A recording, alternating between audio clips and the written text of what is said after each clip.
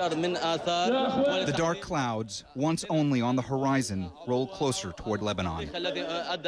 Syria's civil war apparently spilling over in the form of a massive car bomb.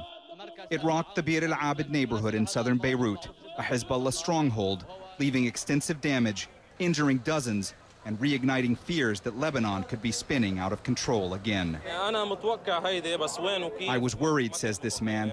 I thought something like this might happen, but where and how, I had no idea. The overwhelming concern amongst this very angry and worried crowd is that this attack today is a direct result of Hezbollah's intervention in the Syrian civil war.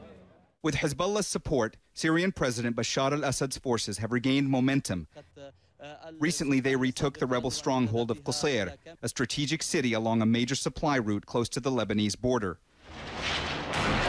Government fighters have also launched a major offensive in Homs, the heart of the Syrian uprising. It's helped turn the tide for Hezbollah's patrons, but it's angered many in this tiny country. Lebanon's Sunni Islamists in particular. More and more demonstrations are being held across the country, and calls are growing louder for Hezbollah to be stopped.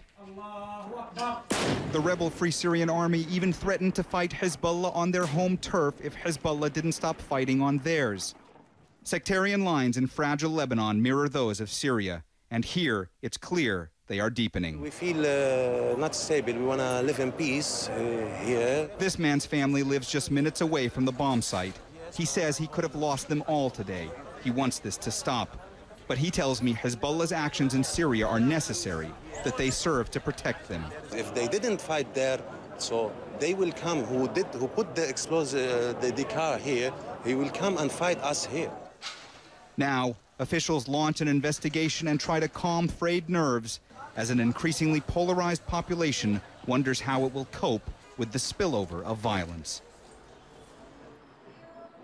Atika, today you have this attack in a Hezbollah stronghold, a predominantly Shiite neighborhood in Beirut. In the past couple of weeks, we've seen clashes going on in Sunni strongholds, the port city of Sidon being an example where Islamist extremists were attacking the army, and there was some of the worst violence that Lebanon has encountered in years. That arose from a feeling amongst some of the Sunni community here that Hezbollah was getting preferential treatment from the army, that they should be stopped in their endeavor in Syria. Clearly, sectarian lines in this country are deepening. It is a real cause for concern in a fragile country neighboring Syria, a country that is getting sucked more and more into the vortex of the unceasing violence from the Syrian civil war.